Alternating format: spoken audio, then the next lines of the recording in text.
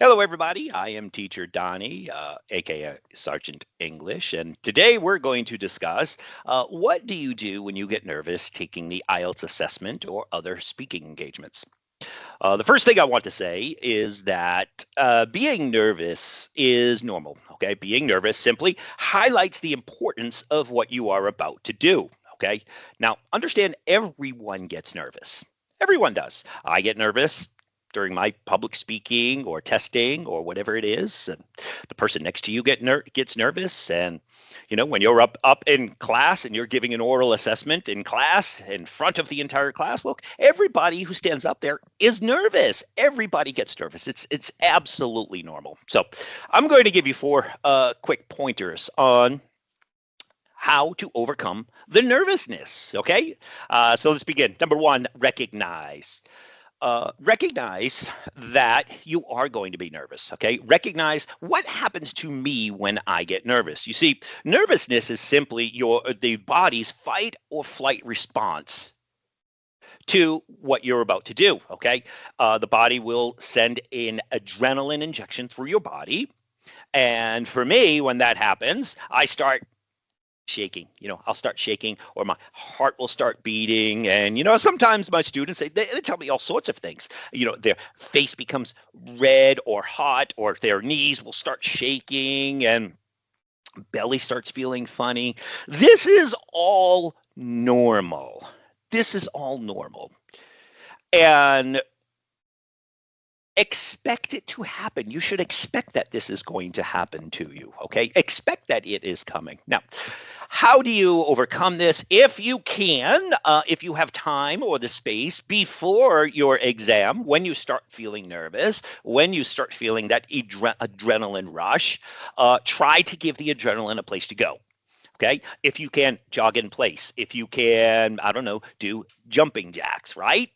Do something to move your body so that way the adrenaline has an escape. Okay, but don't worry if you can't. If you're not in a position to do that, don't worry. These other steps are going to help you. Okay, so let's go to number two. Step number two is the 2-second rule. Okay, 2-second rule. When you are giving your answers, don't rush into your answers. Okay, when people get nervous, this is something that they do. They will automatically rush into answers. They will begin to speak fast. Okay, the fight or flight response just wants to get this over. You have to be in control. Okay, he who is in control does better. She as well. So anyhow, look, a quick pause will definitely help you increase your score. While if you rush into your answers, you are giving yourself a better opportunity for a decrease in score. Okay, and when you rush into your answers, when you go into your answers, don't rush, but start with a structured phrase. Okay, start with a thinking phrase. That's an interesting question.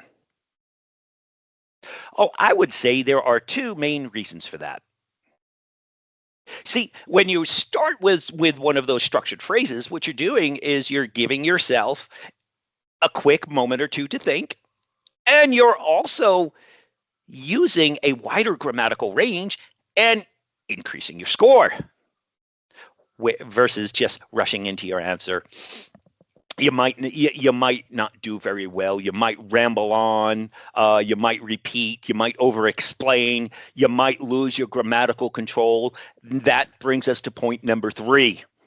Stay away from emotions and memorization reliance. Okay? Stay away from memorization reliance. Learn structure. Okay, learn how to structure your answers. Don't memorize answers because you never know what the examiner, the assessor is going to ask you. You never know, and the topics change often. Memorize a structure. Don't memorize an answer, okay? I'll give you an example. Say part two. This is your long speak, okay? Part two, your long speak. Start with an opening statement, okay? Don't memorize opening statements. Start with an opening statement. And what I teach my students is that when you start with an opening statement, your very first sentence, by the way, in parts 1, 2, and 3, your very first sentence has to be a complex sentence. Okay, memorize structure, understand structure. Okay, structure. Number one, in part two, first thing, start with an opening statement that has a complex sentence. Then you go into giving at a minimum of 2 clear details. Clear details. Okay. Then you go into your personal reflections. Okay. I tell my students that they need to speak for 2.5 minutes. Okay, now probably the examiner will stop you at 2 minutes, and that's okay. It's okay if the examiner stops you. Don't think you're doing something wrong. You haven't. You've just given them enough to assess. Okay. By the way, in part two is the easiest place to use passive voice. Okay. Remember what I said about strategy, structure. Throw a passive voice in part two. This shows that you can use a greater grammatical structure than just basic, simple, and complex sentences. And this is very easy. You're going to boost your score. Very easy. All right. Relying on structures instead of memorization mitigates the opportunity to reduce scoring. Okay? Rely on structure, not memorization. Number 4, train under pressure. If you always practice comfortably, your chance of panic when it comes test time is much greater. It's much higher. Okay, greater increase in opportunity for panic. Okay, look, take the practice tests, but when you take the practice tests, use time restraints. Okay, this is important. Use the real-time restraints. See how easy or difficult this is for you. Okay. See how easy or difficult this is for you, okay? And look, you need strict corrections. You need interruption. You need no interruption drills. You need mock examiner feedback. Now, that's something, if you need help with, I can help you with those. Strict corrections, no interruption drills, mock examiner feedback. That is something that I offer to all of my students, okay? And I give exact feedback, exactly where you need to focus. So let me go ahead and close this out, okay? Some people might say, we're going to land this plane, right? Let's go land this plane, okay? In summary, in a nutshell, you know, all these different idioms we can use. So being nervous doesn't mean there's something wrong with you. Understand that. It doesn't mean there's something wrong with you, okay? It just means that there's a training opportunity.